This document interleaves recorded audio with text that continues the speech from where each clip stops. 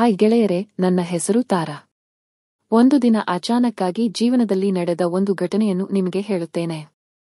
ನನ್ನ ಯಜಮಾನ ನೌಕರಿಗೆ ಕೊಟ್ಟಷ್ಟು ಸಮಯವನ್ನು ನನಗೆ ಕೊಡುತ್ತಿರಲಿಲ್ಲ. ಸಾಯಂಕಾಲ ಊಟವಾದ ಬಳಿಕ ಸುಸ್ತಾಗಿದೆ, ಇವತ್ತು ಬೇಡ ಎಂದು ಹೇಳುತ್ತಿದ್ದರು. ಇನ್ನು ನನಗೆ ಮಾತ್ರ ಹಸಿವು ಹಾಗೇ ಇತ್ತು. ಏಕೆಂದರೆ 6-8 ತಿಂಗಳಾದರೂ 10 ಬಾರಿ ಮನೆಯಲ್ಲಿ ಕೆಲಸ ಮಾಡಿದ್ದೆ. ಇನ್ನು ಅದನ್ನು ಕೂಡ ಬೇಗನೆ ಮಾಡಿ ಮುಗಿಸುತ್ತಿದ್ದ. ಆದರೆ ಪ್ರತಿ ಬಾರಿ ಅವರು ಬೇಗನೆ ಮುಗಿಸುತ್ತಿದ್ದರಿಂದ ನನಗೂ ಕೂಡ ಬೇಜಾರು ಎನಿಸಿತು. ಯಾರಿಗೂ ಈ ಬಗ್ಗೆ ಹೇಳಲಿಲ್ಲ. ನೀವೇ ಹೇಳಿ, ಪ್ರತಿದಿನ ಇದೇ ತರಹವಾದರೆ ಜೀವನ ಹೇಗೆ ಇರುತ್ತೆ? ಹೀಗಾಗಿ ನಾನು ಇವರು ನೌಕರಿಗೆ ಹೋದಾಗ ಮನೆಯಲ್ಲಿ ಆ ಸಿನಿಮಾಗಳನ್ನು ನೋಡುತ್ತಾ ಬೇರೆ ತರಕಾರಿಗಳನ್ನು ಉಪಯೋಗಿಸಿ ಆ ಹಸಿವನ್ನು ನೀಗಿಸಿಕೊಳ್ಳಲು ಪ್ರಯತ್ನ ಪಡುತ್ತಿದ್ದೆ. ಆದರೆ ಇದೆಲ್ಲ ಹೇಳೋಕೆ ಮಾತ್ರ ಚಂದ. ನಿಜವಾಗಿ ಆ ಕೆಲಸ ಮಾಡುವಾಗ ಸಿಗುವ ಸಂತೋಷವೇ ಬೇರೆ. ನನ್ನ ಕಷ್ಟದ ಬಗ್ಗೆ ಯಾರಿಗೂ ಹೇಳಲಿಲ್ಲ. ಹೀಗಾಗಿ ಏನು ಮಾಡಬೇಕು ಎಂದು ತಿಳಿಯದೆ, ದಿಕ್ಕು ತೋಚದೆ ಕೊನೆಗೆ 6 ತಿಂಗಳುಗಳೇ ಕಳೆದಿತ್ತು. ಹೀಗೆ ನನ್ನ ಜೀವನ ನಡೀತಾ ಇದ್ದಾಗಲೇ ಒಂದು ವಿಚಿತ್ರ ಘಟನೆ ನಡೆದಿದೆ. ಅಭಿ ಖಾಸಗಿ ಕಂಪನಿಯೊಂದರಲ್ಲಿ ಕೆಲಸ ಮಾಡುತ್ತಿದ್ದು, ಅವನು ಕಾಲೇಜು ಶಿಕ್ಷಣ ಮುಗಿಸಿ ಊರೂರು ಅಲೆಯುತ್ತಿದ್ದ. ಆಮೇಲೆ ತನ್ನ ಗೆಳೆಯನ ಮೂಲಕ ಗ್ಯಾಸ್ ಏಜೆನ್ಸಿ ಕಂಪನಿಯೊಂದರಲ್ಲಿ ಸೇರಿದ್ದ. ಸಿಟಿಗೆ ಹೊಸದಾಗಿ ಬಂದಾಗ ಅವನ ಜೊತೆಗೆ ಇದ್ದ ಅಭಿ ಕೊನೆಗೆ ಒಂದಿಷ್ಟು ದಿನಗಳು ಆದಮೇಲೆ ನಮ್ಮ ಏರಿಯಾಗೆ ಬಂದಿದ್ದ. ಅವನಿಗೆ ಅಡುಗೆ ಬರದಿದ್ದರಿಂದ ಹೆಚ್ಚಾಗಿ ಹೊರಗಿನಿಂದ ತಿನ್ನುತ್ತಿದ್ದ. ವಾರಕ್ಕೊಮ್ಮೆ ರಜೆ ಇದ್ದಾಗ ಸಿನಿಮಾ, ಶಾಪಿಂಗ್ ಮಾಲ್ ಅಂತ ಸುತ್ತಾಡಿ ಸಮಯ ಕಳೆಯುತ್ತಾ ಕೆಲ ತಿಂಗಳುಗಳು ಕಳೆದಿದ್ದವು. ಒಂದು ದಿನ ಅಂಗಡಿಯಲ್ಲಿ ಕಾಫಿ ಕುಡಿದು ಬರಬೇಕಾದರೆ ನಾನು ಬೆಳಿಗ್ಗೆ ಎದ್ದು ಕಸಗುಡಿಸುವಾಗಲೇ ಅವನು ನನ್ನ ಕಣ್ಣಿಗೆ ಬಿದ್ದ. ಅವನ ಕಣ್ಣಿಗೆ ನಾನು ಬಿದ್ದೆ. ಅವತ್ತು ಮಳೆ ಜಾಸ್ತಿ ಇದ್ದ ಕಾರಣ ನಾನು ಒಳಗೆ ಏನೂ ಹಾಕಿರಲಿಲ್ಲ. ಆಗ ಅವನು ನೋಡಿ ಅಚ್ಚರಿ. ಅವನಿಗೆ ಕಂಡ ದೃಶ್ಯ ಸ್ವರ್ಗವೇ ಧರೆಗೆ ಇಳಿದಂತೆ. ಅಲ್ಲಿಂದ ಹೋಗಿದ್ದ ಅವನು ಅಷ್ಟಕ್ಕೆ ಸುಮ್ಮನಾಗದೆ ಎದುರು ಮನೆಯ ಮೇಲ್ಮಹಡಿಗೆ ಹತ್ತಿ ನನ್ನ ಕಡೆ ನೋಡುತ್ತಾ ನಿಂತ. ನನಗೂ ಗೊಂದಲವಾಯಿತು.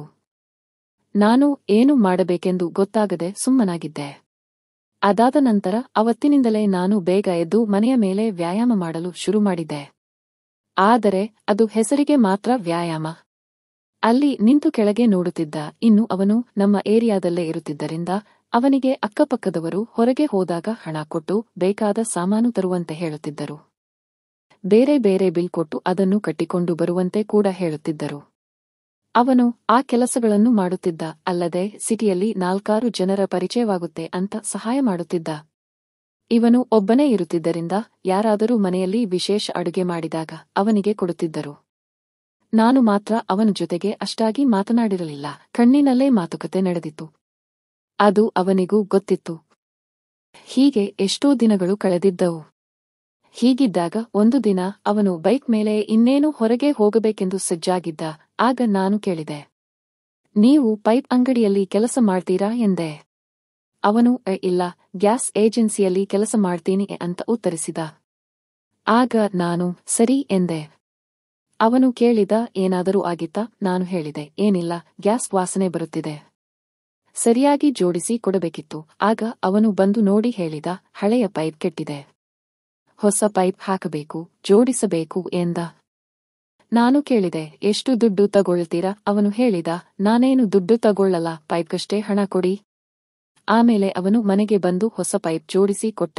ಇದಾದ ಮೇಲೆ ನಮ್ಮ ನಡುವೆ ಆಗಾಗ ಮಾತುಕತೆ ನಡೆಯುತ್ತಿದ್ದವು. ಹೀಗೆ ಮತ್ತೆ 2 ತಿಂಗಳು ಕಳೆದಿತ್ತು. ಒಂದು ದಿನ ಅವನು ರಜೆ ಹಾಕಿ ಸಿನಿಮಾ ನೋಡಿಕೊಂಡು ರೂಮಿನಲ್ಲಿ ಬಿದ್ದಿದ್ದ. ಆಗ ನಾನು ಹೋಗಿ ಅವನ ಮನೆ ಬಾಗಿಲು ಬಡಿದೆ.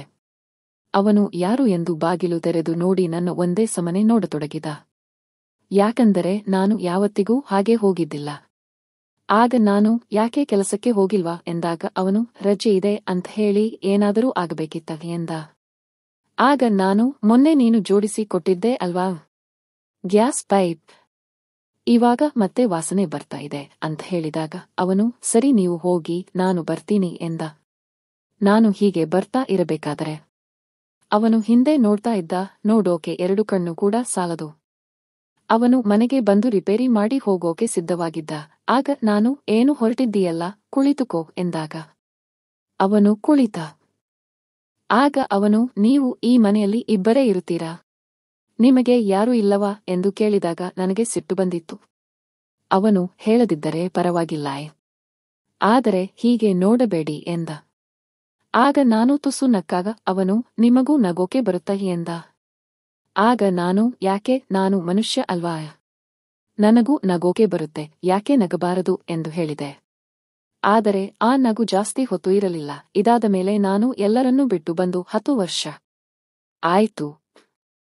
ಯಾರೂ ಬಂಧು ಬಳಗ ಇಲ್ಲ, ನಮಗೆ ಅಂಥ ಯಾರಿಲ್ಲ ಎಂದು ಹೇಳಿದಾಗ ನನ್ನ ಕಣ್ಣಲ್ಲಿ ನೀರು ಬಂದಿತ್ತು.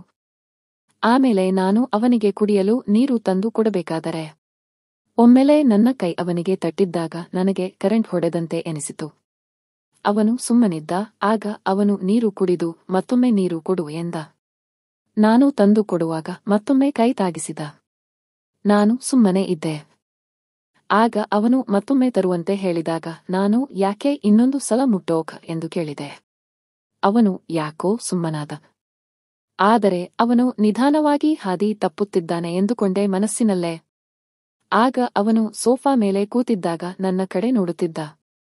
ಅವನು ಬೇರೆ ಕಡೆ ನೋಡಿ ಎಷ್ಟು ಮೆತ್ತಗೆ ಇದೆ ಈ ಸೋಫಾ ಎಂದ.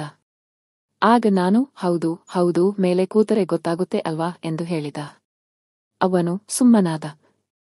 ಆಗ ನಾನು ಗ್ಯಾಸ್ ರಿಪೇರಿ ಜೊತೆಗೆ ಬೇರೆ ಯಾವತ್ತಾದರೂ ಏನಾದರೂ ರಿಪೇರಿ ಮಾಡಿದ್ದೀಯಾ ಎಂದು ಕೇಳಿದಾಗ ಅವನು ಕಾಲೇಜಿನಲ್ಲಿ ಪಾಠದ ಜೊತೆಗೆ ಬೇರೆ ಚಟುವಟಿಕೆಗಳು ಮಾಡಿದ್ದೆ ಎಂದ. ಅವನು ಧೈರ್ಯದಿಂದ ಹೇಳಿದ. ಆಗ ನಾನು ತುಂಬಾ ವರ್ಷದ ಅನುಭವ ಇದೆ ಅನ್ಸುತ್ತೆ ಸಾಹೇಬರಿಗೆ ಎಂದಾಗ ಅವನು ಏನಿಲ್ಲ, 1-2 ಸಲ ಕೆಲಸ ಮಾಡಿದೆ. ಇವಾಗ 1 ವರ್ಷದಿಂದ ಸಿಕ್ಕಿಲ್ಲ, 1 ಸಲ ಅವಕಾಶ ಸಿಕ್ಕರೆ ಚೆನ್ನಾಗಿರುತ್ತಿತ್ತು ಅಂತ ನೇರವಾಗಿ ಹೇಳಿದಾಗ ನನಗೆ ಸಿಟ್ಟು ಬಂದಂತೆ ಆಗಿತ್ತು. ಆಗ ನಾನು ಏನು ಅಂತ ಸಿಟ್ಟಿನಿಂದ ಕೇಳಿದಾಗ ಅವನು ಏನಿಲ್ಲ ಗ್ಯಾಸ್ ರಿಪೇರಿ, ಬೈಕ್ ರಿಪೇರಿ ಎಂದ. ಆಗ ಅವನು ಮತ್ತೆ ಯಾವಾಗ ಮಾಡೋಕೆ ಚಾನ್ಸ್ ಸಿಗುತ್ತೆ ಎಂದಾಗ ನಾನು ಇದನ್ನು ಬಿಟ್ಟು ಬೇರೆ ಏನು ರಿಪೇರಿ ಮಾಡ್ತೀಯಾ ಅಂತ ಹೇಳು. ಧೈರ್ಯ ನಿನಗೆ ಇಲ್ಲವಾ ಎಂದು ಕೇಳಿದೆ. ಆಗ ಅವನು ಕೊಟ್ಟರೆ ಯಾರು ಬಿಡ್ತಾರೆ ಎಂದ. ಆಗ ನಾನು ಅವತ್ತು ತುಸು ಮುಂದುವರೆದು ಎಲ್ಲವನ್ನೂ ತೋರಿಸಿದಾಗ ಅವನು ನನ್ನ ಹಾಗೆ ನೋಡುತ್ತಿದ್ದ. ಅವನು ಇದು ಕನಸು ಅಥವಾ ನಿಜವೋ ಎಂದು ಅವನಿಗೆ ಗೊತ್ತಾಗಲಿಲ್ಲ. ಅದಾದ ಮೇಲೆ ಅವತ್ತು ಮುಖ್ಯ ಕಾರ್ಯಕ್ರಮವನ್ನು ಚೆನ್ನಾಗಿಯೇ ಮುಗಿಸಿದ. ನಾನು ಮನಬಂದಂತ ಮೇಲೆ ಹತ್ತಿ ಹಾಡು ಹಾಡುತ್ತಾ ಡ್ಯಾನ್ಸ್ ಮಾಡಿದೆ. ಮೊದಲೇ ಕೆಲಸದ ಅನುಭವವಿದ್ದ ಅವನು ಚೆನ್ನಾಗಿ ಕೆಲಸ ಮಾಡಿದ್ದ. ಹೀಗೆ 1-2 ಬಾರಿ ಘಟನೆಗಳು ನಡೆದವು. ಆದರೆ ಇದಾದ ಬಳಿಕ ನಾನು ಮಾಡಿದ್ದು ತಪ್ಪು ಎಂದು ನನಗೆ ಅನ್ನಿಸತೊಡಗಿತು. ನನಗೆ ನಾನೇ ಮೋಸ ಮಾಡಿಕೊಂಡು ಬಿಟ್ಟೆ ಎಂದು ಎನಿಸಿತು. ಆದರೆ ಇದಾದ ಮೇಲೆ ನನ್ನ ಜೀವನದಲ್ಲಿ ಬಿರುಗಾಳಿ ಎದ್ದಿತು. ಮನೆಯಲ್ಲಿ ಜಗಳ ಎಲ್ಲವೂ ಶುರುವಾಗಿತ್ತು. ಅವತ್ತು ನಾನು ಮಾಡಿದ ತಪ್ಪಿನಿಂದಾಗಿ ನನ್ನ ಜೀವನವೇ ಹಾಳಾಗಿ ಹೋಯಿತು. ಕೊನೆಗೆ ಅಲ್ಲಿ ಇಲ್ಲಿ ನ್ಯಾಯನೀತಿ ಅಂತ ಎಲ್ಲಾ ಕಡೆ ಅಲೆಯಬೇಕಾಗಿ ಬಂದಿತು. ಕೊನೆಗೆ ಆ ಊರನ್ನೇ ಬಿಟ್ಟು ಬೇರೆ ಊರಿಗೆ ಹೋಗಬೇಕಾಗಿ ಬಂದಿತು. ಇವಾಗ ನನಗೆ ಬುದ್ಧಿ ಬಂದಿದೆ. ಹೀಗಾಗಿ ಯಾರೂ ಕೂಡ ಹೀಗೆ ಮಾಡಿ ತೊಂದರೆಗೆ ಸಿಲುಕಬಾರದು. ಇದಕ್ಕೆ ನನ್ನ ಜೀವನವೇ ಉದಾಹರಣೆ. ಇಂಥವುಗಳನ್ನು ನಾವಾಗಲಿ ಮತ್ತೊಬ್ಬರಾಗಲಿ ಗಂಭೀರವಾಗಿ ತೆಗೆದುಕೊಳ್ಳದೆ ಇದನ್ನು ಕೇವಲ ಒಂದು ಕಥೆಯಂತೆ ನೋಡಬೇಕು. ಇನ್ನು ಇಂಥವುಗಳೆಲ್ಲ ಕಾಲ್ಪನಿಕವಾಗಿದ್ದರಿಂದ ಇವನ್ನು ಕೇವಲ ಕಥೆಯಾಗಿ ಮಾತ್ರ ಕಾಣಬೇಕು.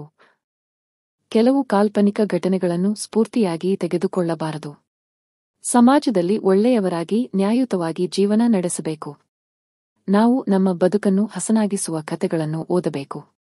ಅದರಿಂದ ಸ್ಫೂರ್ತಿಯನ್ನು ಪಡೆಯಬೇಕು. ಇನ್ನು ಯಾರೂ ಕೂಡ ಗೊತ್ತಿದ್ದು ಗೊತ್ತಿಲ್ಲದೆಯೂ ಈ ತಪ್ಪುಗಳನ್ನು ಮಾಡಬಾರದು. ಏಕೆಂದರೆ ಪ್ರತಿಯೊಂದು ಘಟನೆಯೂ ಕಥೆಗಳು ಕೆಟ್ಟ ಅಂತ್ಯ ಹೊಂದಿರುತ್ತವೆ. ಇನ್ನು ಯಾರೂ ಕೂಡ ಗೊತ್ತಿದ್ದು ಗೊತ್ತಿಲ್ಲದೆಯೂ ತಪ್ಪುಗಳನ್ನು ಮಾಡಬಾರದು. ಫ್ರೆಂಡ್ಸ್, ಈ ಕತೆ ಇಷ್ಟವಾಗಿದ್ದರೆ ಇದಕ್ಕೆ ಲೈಕ್ ಕೊಟ್ಟು ನಮ್ಮ ಚಾನೆಲ್ ಸಬ್ಸ್ಕ್ರೈಬ್ ಮಾಡಿಕೊಳ್ಳಿ.